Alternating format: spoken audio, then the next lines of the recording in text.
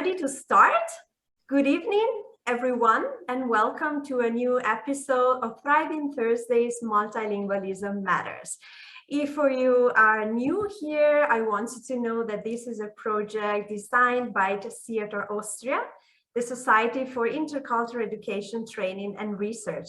My name is Karin and I'm the host of this Expert Talks series. If you want to find out more about the SIETAR Austria and our projects, please visit our website www.sietar.at, and also feel free to contact us if you have any questions or suggestions or just some comments. And today it's a great pleasure for me to have Professor Patrizia Cordin with me from the University of Trento in Italy. Thank you so much for accepting our invitation, Patrizia. Thank you to you. I'm glad to be with you. Great. I'm going to introduce you briefly. So you're a senior professor of linguistics at the University of Trento and also director of Bilingualism Conta in Trento, Italy. We met already by Bilingualism Conta some times ago, maybe the audience will remember. Your research interests focus on multilingualism, linguistic variation, and contact between languages. And I know that dealing with these topics, you combine research on local languages, also historical minority languages, and recent minority languages, and standard language. So a lot of work, I would say.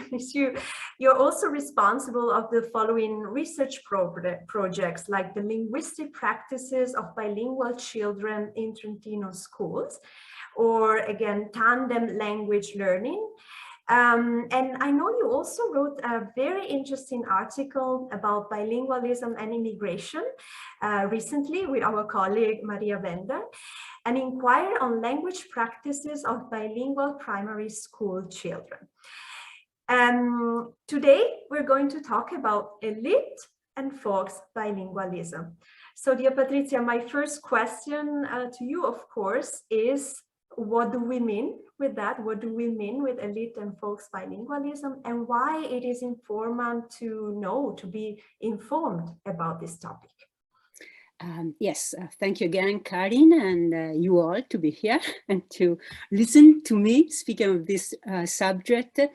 Okay, I used folk and elite bilingualism following Susan Roman. Susan Roman introduces the distinction in an article in, I guess, 1999.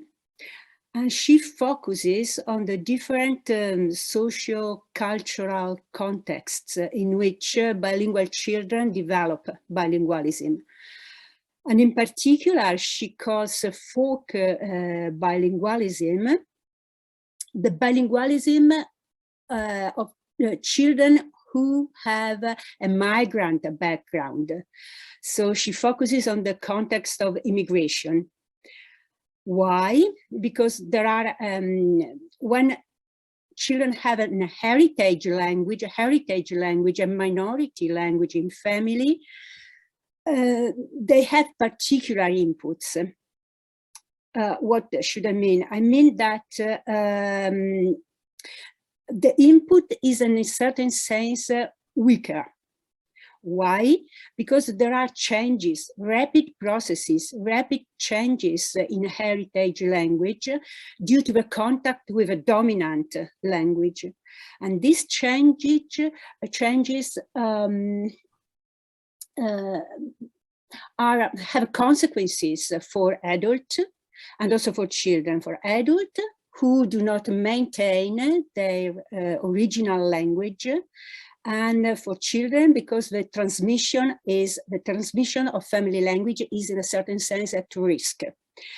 Folk bilingualism is characterized by an uncertain and reduced, you can say uncertain and reduced input in Al1, in the first language. There is clear evidence that with children with a migrant background rarely reach a level, native-like level for the language of their family.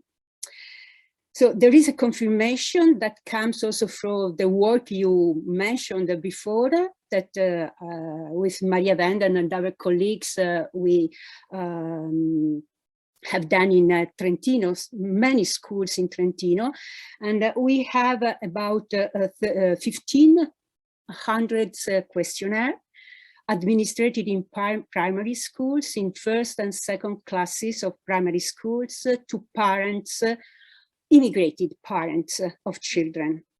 The questionnaires reveal important differences between the children's skills in L1 and in L2, because parents report that their children are very good in Italian, but the parents report that their children are not so good in their family language. And about a half of parents say that the children are not good enough in their family language. So I think that, yeah, furthermore, another important comment is that they say that children do not maintain the written language. They have some good or rather good, or maybe scarce competence, but in the oral language, and nearly never in written language. So I think that this is an important data, and we have to know about it. Thank you very much, Patrizia. So you said full bilingualism is connected to the migration context, but what about elite bilingualism? Maybe you can say a few words. Okay, elite. Okay, right. So I start with a terminological comment.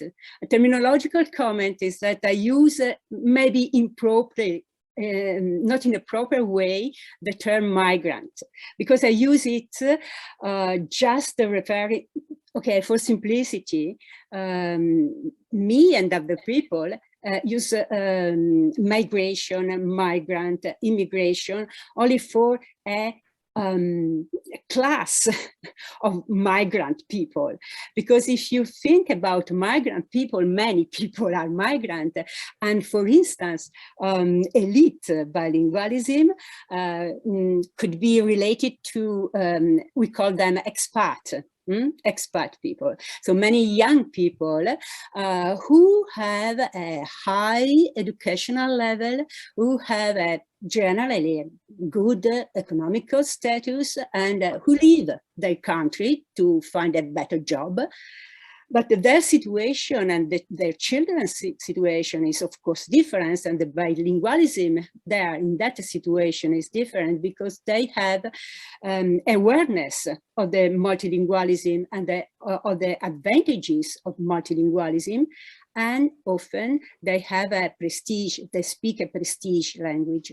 So yes, migration is very large class, large term, and folk bilingualism refer to a particular class of migrant children, migrant people.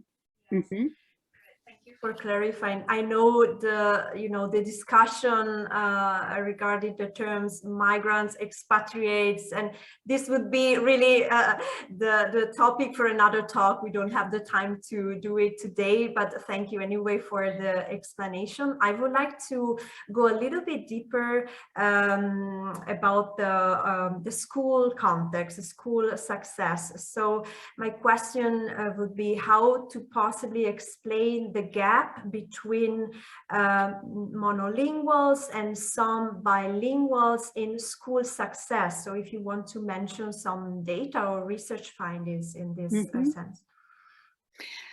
Yes, of course. First of all, here there is clear evidence that there is a gap.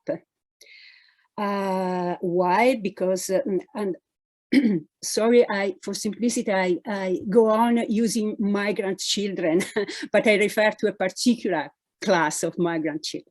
Okay, so there is clear evidence that they have a lower school performance. Many of them, most of them have, they drop out earlier. They obtain lower qualification, and often they are overrepresented in special education programs. So this is a clear evidence. For the specific situation of Italy, which I know better, I can say that we have 10% of foreign children in schools with a migrant background. Most of them are second generation children. Second generation children have a very good competence for colloquial communication skills in Italian, and surely they perform better in schools. They have a better performance compared to their first generation peers. But although the data, recent data, show that there is the gap that you mentioned, there is they have a lower performance, and this is shown also by recent tests conducted in Italy. We call them Invalsi tests.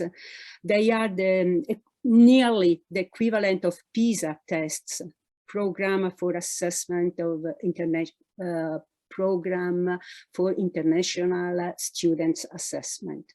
Okay, and Invalsi test confirm the gap that you mentioned. So there is a gap. But yeah, the gap is a little lower in the second generation children. Okay, why? Of course, the socioeconomic status is very important. It's fundamental because we know that in families that where there are not so many culture, where the economic status is low, there are fewer cultural possibilities, opportunities. And speaking of a linguistic side, generally the children are exposed to fewer stimulation, less stimulation, maybe. They have a less rich input. Why? Fewer registers, no formal register. The functions of the language are different. So, of course, the socioeconomic status plays an important role. But what is important is that if you keep the same socioeconomic status and you compare native, let's say native children, Italian children, monolingual children, and bilingual immigrated children, the difference remains. So there is the gap remains. An hypothesis could be that when there are difficulties, these difficulties become still stronger when there is a divergence between L1 and L2. So monolingual have maybe fewer opportunities, cultural and linguistic opportunities, a less varied input. But when this situation goes together with a weak L1, difficulties manifest themselves stronger. So there is, what's important for me is considering the divergence between the uses of L1 and the uses of L2. The uses of L1 in this situation are informal practices, uses, so just mainly colloquial, oral colloquial registers. And L2, on the contrary, is required for very formal functions, academic functions, complex functions. So there is this divergence.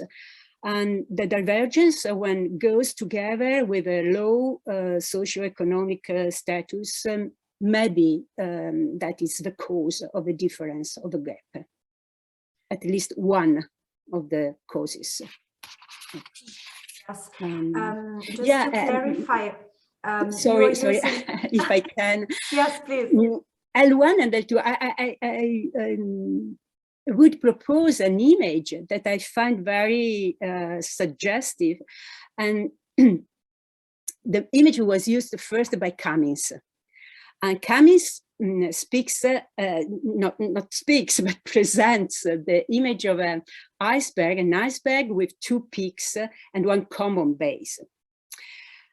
This is very, the image is very correct for explaining the connection between L1 and L2, because also L1 and L2 are distinct languages, but they have a common base.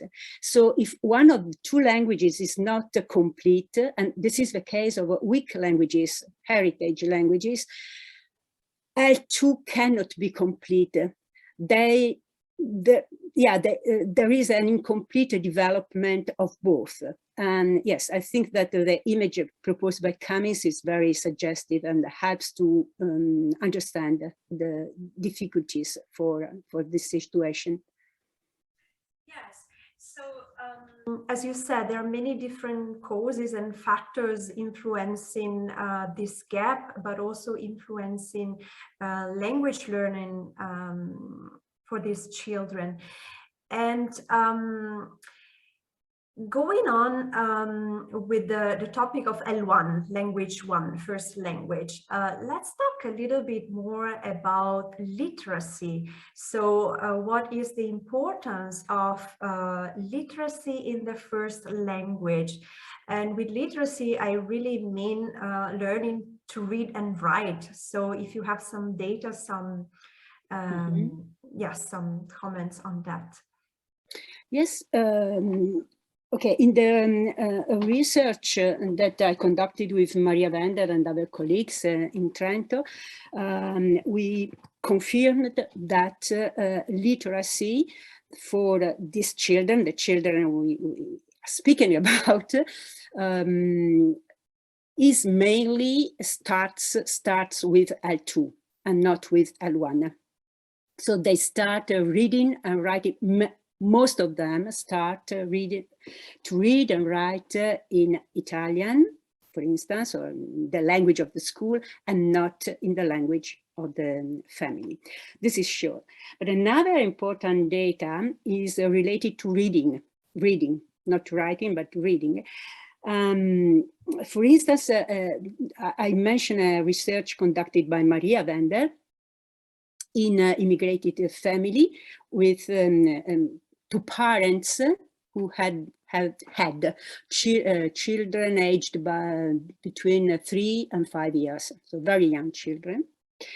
On 120 children, her research reveals that 20%, 25%, a fourth of them, has no reading at home. I mean, of course, reading aloud. Adults, parents who read with or to children. So the total absence of reading for 120 children total, so 30 children without any reading at the age between 3 and 5.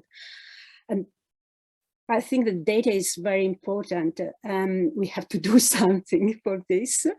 And another research conducted with children of primary schools, first and second year of primary schools, revealed that it's a wider research. The total number was 1,200 children.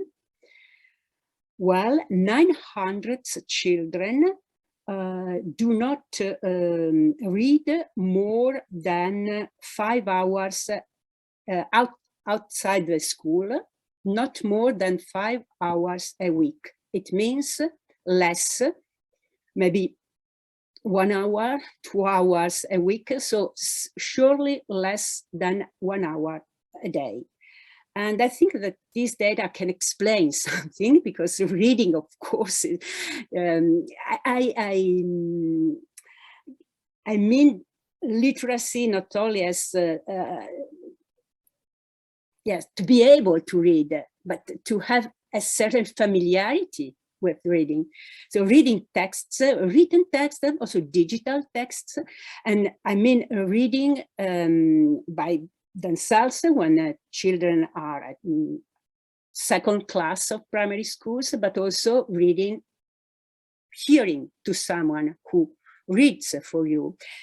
Yeah, reading is very, very important. And if I can, I mention the bibliographies that are published by Nati per Leggere, Nati Born to Read, which is an association with scientists, pedagogists, medicines, and they publish very good bibliographies on the importance, on the role, a crucial role that reading has for developing not only language, but the cognitive functions, for a cognitive development for children.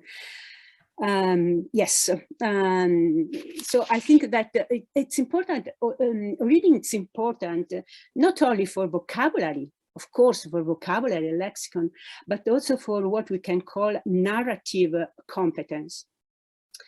Because through reading, children develop this strategy, narrative strategy, which is a strategy to link together different parts, episodes of the story. And this is fundamental for really for cognitive development, linguistic development, and also it seems for academic achievement. Yes, I was wondering if an explanation for these families not reading aloud at home could be either that maybe in their own culture is not a habit, is not something they usually do, or maybe they don't feel they have, let's say, good competences in their first language to read aloud to children. I don't know if you have information about this. Well, of course, it depends. I know very good examples of reading also in immigrant families. And yes, so this is a very positive, there are many positive examples.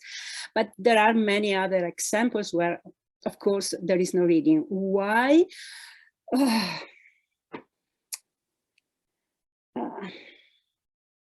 not sure to have an explanation, not sure.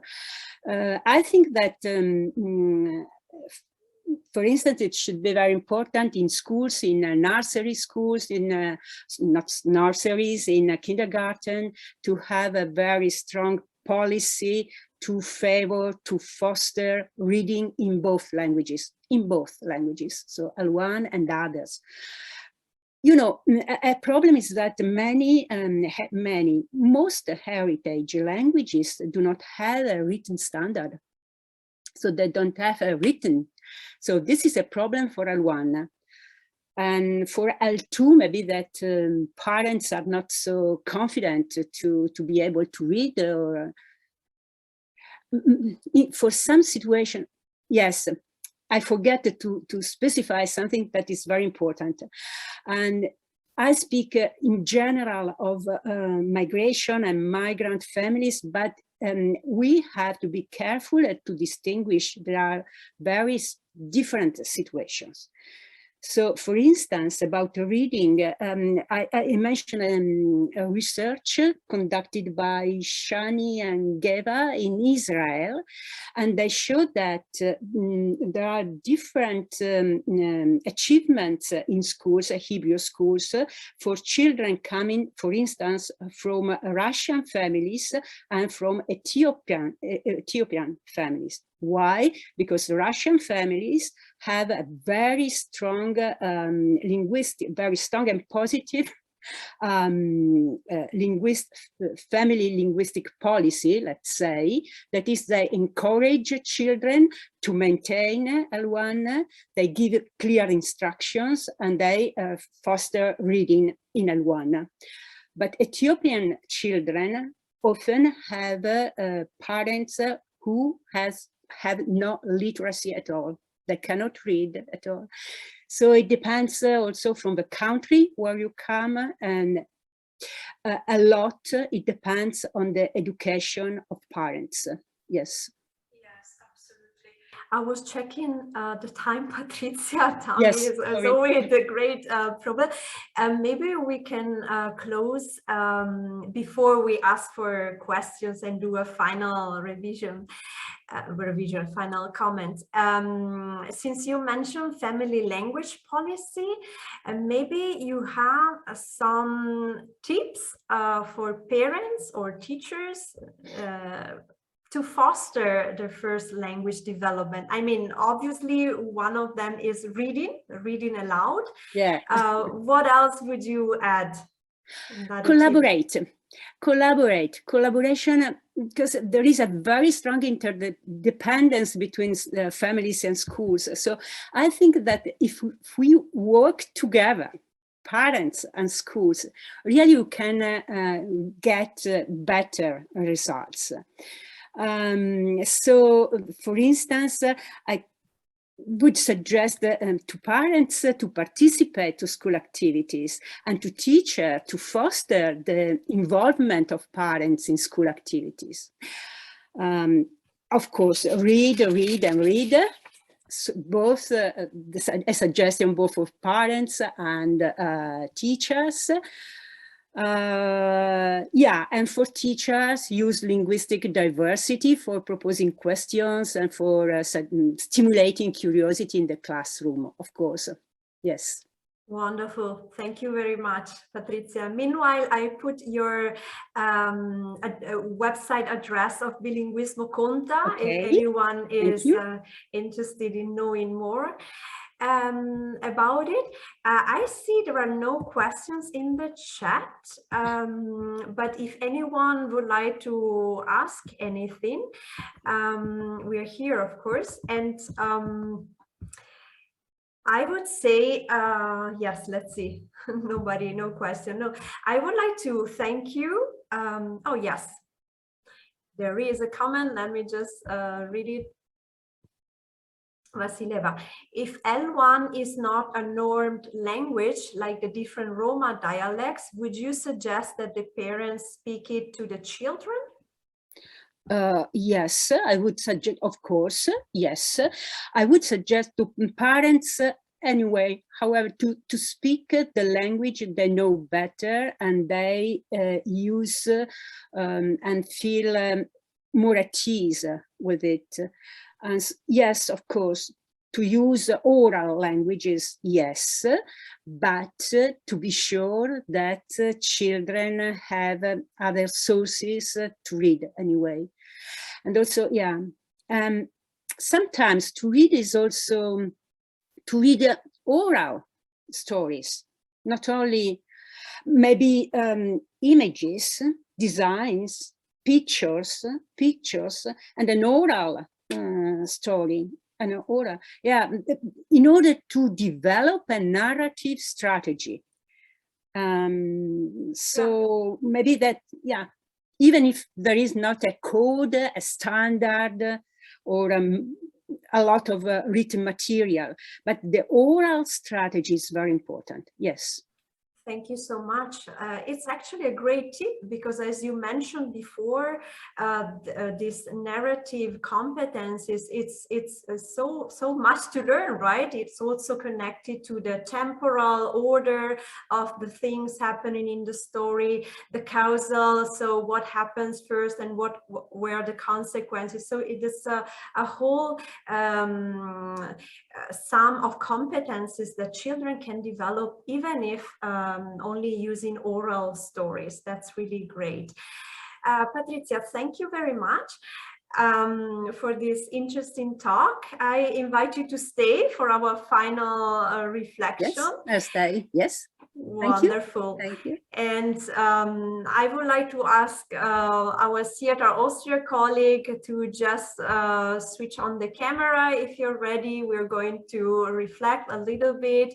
Thank you so much. Paula, hi, nice to see you here. Hi, Sveta, hi, Colin. Since today is the final talk, the final appointment for this project, we just want to sum up, and maybe Sveta will ask you to mention the next appointment. Would be great for people, for the audience to know. Yes, we are closing the project Thriving Thursdays Multilingualism Matters to 2021. This was a follow-up of the project Thriving Thursday Mindfulness Matters that we started last year during COVID time to help people navigate this uncertain and very difficult time. So I have to say from my side, my personal comment, that this was a fantastic educational journey for me personally, but also I think I can say for the whole SIETAR Austria team. We are an intercultural multilingual team, and we experience and value different languages and cultures every day, at every meeting, at every project. So we see multilingualism as an asset rather than a drawback. And our goal, just to remind you, our goal with this project, our desire was to promote and foster multilingualism, not only in the region where we live, south of Austria, but also around the world, hopefully. If we have people joining us from so many different countries, even South America or Russia. Really, it was wonderful, it was fantastic to have you here. And why this? Because we know that in spite of research evidence, and Patrizia also mentioned a lot of data today, in spite of this, there are still many prejudices and false beliefs around this topic. And at SIETAR, we are passionate about multilingualism as a resource, not only for individual, but also for the society. So we really hope that we reach the goal of spreading a positive message, let's say, and a research-based information. I just want to mention that the talks are available on YouTube. So feel free to go watch comments and share your comments with us. We really talked about many different things around bilingualism, multilingualism. We started with Professor Antonella Sorace with an introduction, what is bilingualism? And then we really talked about many different aspects. We talked about children multilingualism, adult multilingualism, but also sign language and bimodal multilingualism. We talk about forensic linguistics. We also talk about the magic of language learning when we had a magician as a guest, and he tried to explain how to make language learning more funnier or more magical. I want to use that word. And I really want to thank SIETAR Austria for this opportunity, because also myself, I learned a lot. And I realized the more I learn, and the more I want to learn. So basically, it's a never-ending story for me. I realized the incredible magnitude of this topic and the passion that was born with me, basically. So I want to thank you very much, SIETAR Austria, and I would like to ask Sveta, who is, as you probably know, the new Vice President of SIETAR Austria, if you can share a comment with us. Yes, whatever you want to share would be really nice, Sveta. Thank you. Absolutely. Dr. Karin Martin, thank you very much for designing and conceptualizing those series. We've got a total of 12 really rich, incredible discussions and input from incredibly in-depth people who really understand and know what is multilingualism. Today was one of them. Dr. Patrizia Cordin, thank you very much for spending time with us, for sharing your incredible depth of understanding of what is the language and what type of the languages do we encounter in our life. And for us personally, I think as a board of SIETAR Austria, since we promote the whole idea of development of the research, also raising awareness about a lot of myths that are related to the intercultural communication and linguistic communication, this project was very special, right? On my personal note is that I never considered myself to be a multilingual person before I joined the series as well. In spite of speaking how many? 6, 7, 8 languages? Yes, because just like everybody else, I think who are demanding in terms of the quality of the language speaking, there was always a conception that it's not good enough to call yourself multilingual.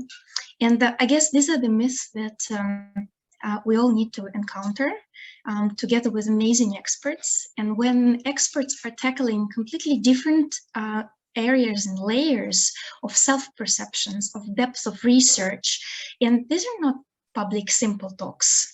These are very, very professional research founded insights about what is language, about how we think and how we communicate, and most importantly, how we do it together as a society. And we are a society of intercultural education, research, and training. And so this series really, I think, brought us together, made us think how much more information we're not aware of. And having a structured approach like those series and 30 minutes once a Thursday seems like not enough. And I think majority of us who are here today, we've attended the majority of the sessions, and we feel that we have grown together. And for this, we're very grateful to Dr. Karin Martin, who conceptualized the series, who is a person who is moving this whole idea of multilingualism forward. And her enthusiasm about this is contagious. We know that a lot of our students, after one talk, got so inspired and started to follow her, to read more materials. And that's exactly what we want to do as educators.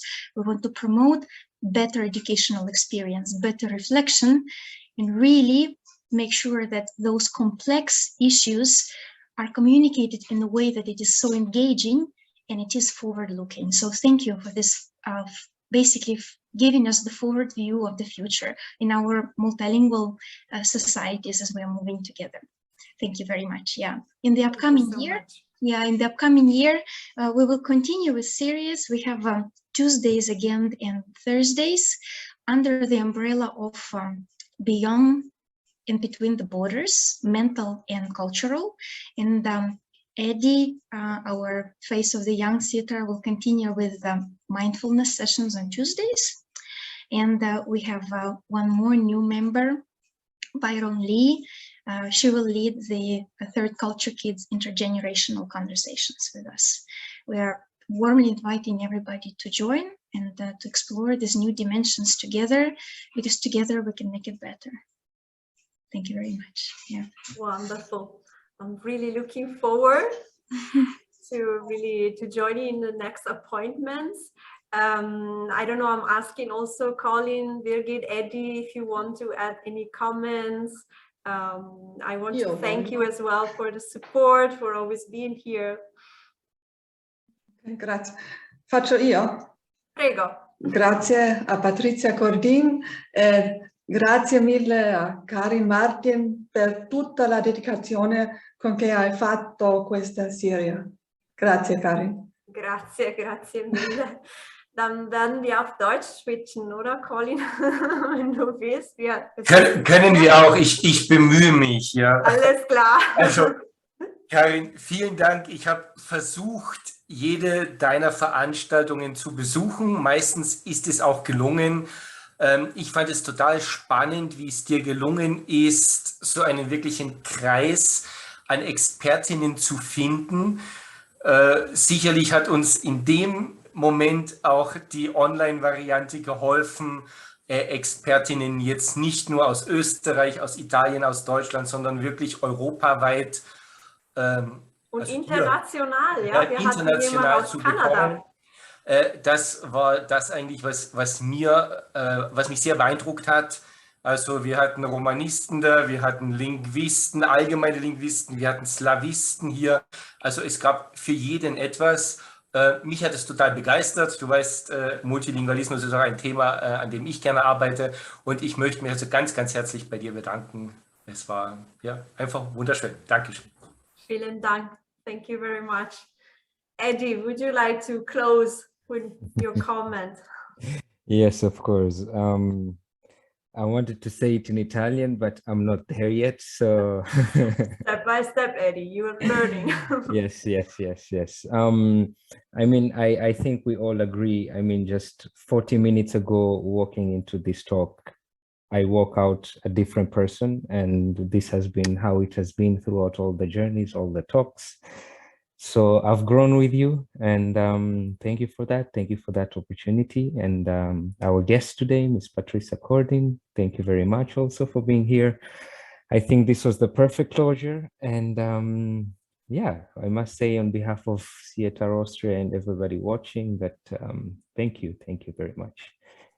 And looking forward, hopefully, to seeing you next year and working together on other projects.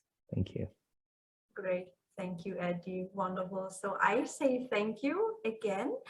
I think there's an appointment next week. Am I wrong? Christmas event. I can't remember well. The SIETAR. Is that correct, right? Next week? On the 7th of December, we will have an amazing speaker from UK, Matthew Hill, who is not just speaking, but he is actually making a mini performance with humor and sarcasm about Brexit. And this is how we're moving towards the new topic about beyond and between the borders. So everybody is warmly invited. It is the registration link is available on our website. Now we have a calendar out there. It is from 6:30 to 7:30 in Zoom link. Everybody is warmly invited, and we know that Matthew makes it a show. So reward yourself with a show. As Birgit mentioned, he was several times invited on site. Also in Villach, we brought him physically. This year, unfortunately, we can't do it physically, but we with pleasure bring him virtually to our members. Yeah. Thank you very much, Sveta. Great, so I think we can close now the talk. Again, grazie mille Patrizia per la disponibilità, per il tempo. Complimenti a voi per l'iniziativa, complimenti davvero, bella iniziativa e andate avanti. Auguri. Grazie, grazie mille. Thank you to the audience. I see many people are always coming back. Thank you very much for being here, for following us. And I will say happy seasonal, how do you say that? Happy buone feste in Italiano.